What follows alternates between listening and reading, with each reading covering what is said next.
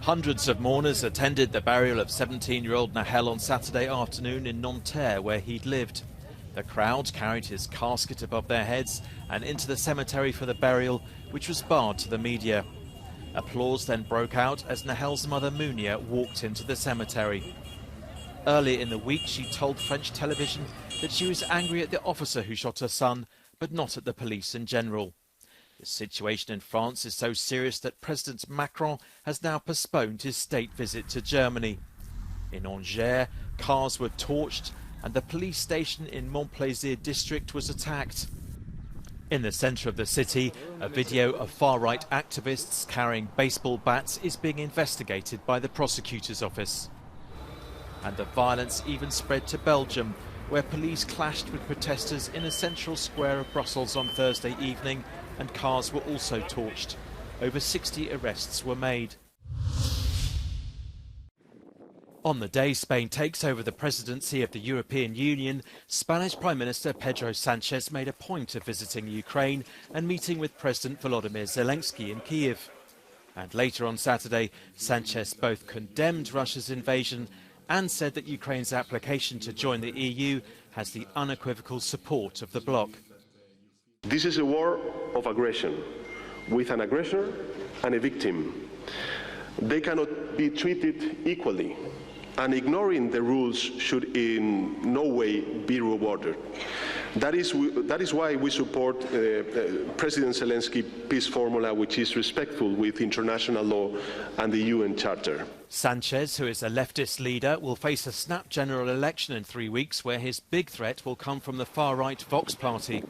After Russia invaded Ukraine, the Vox party tried to publicly distance itself from President Putin's regime, which it has had links with. 40 Russian diplomats and embassy staff have been expelled from Romania as relations worsen between the two countries over Ukraine. They left on a special flight from Bucharest, which was organised by the Russian authorities. The number of staff at the Russian embassy has been slashed by more than a half, and follows an expulsion of 11 Russian diplomats after Ukraine was invaded. Moscow then responded by expelling 11 diplomats from the Romanian embassy. The Dutch king, Willem-Alexander, has made an historic apology for the country's slave trade, which lasted 250 years. He also announced a study would be held into the role of royalty in the trade.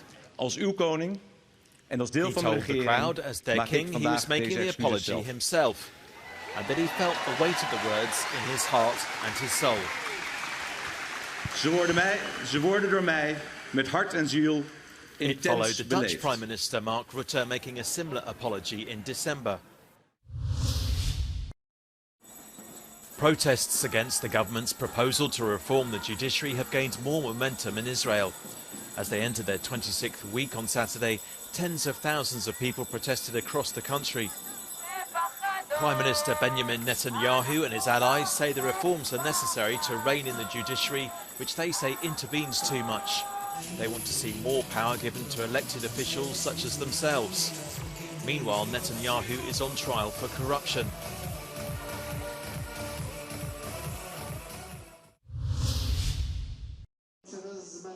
Across the continent, it's festival season, and this weekend the big one is in the spa town of Karlovy Vary, the home of Central Europe's most important film festival. It's the 57th edition, and it's Russell Crowe's turn to be the main celebrity. He's presenting Master and Commander, The Far Side of the World. Swedish actress Alicia Vikander and Scottish actor Ewan McGregor are also in attendance.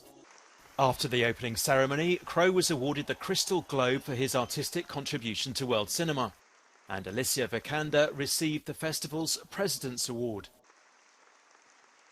Geopolitics has forced a few changes this year.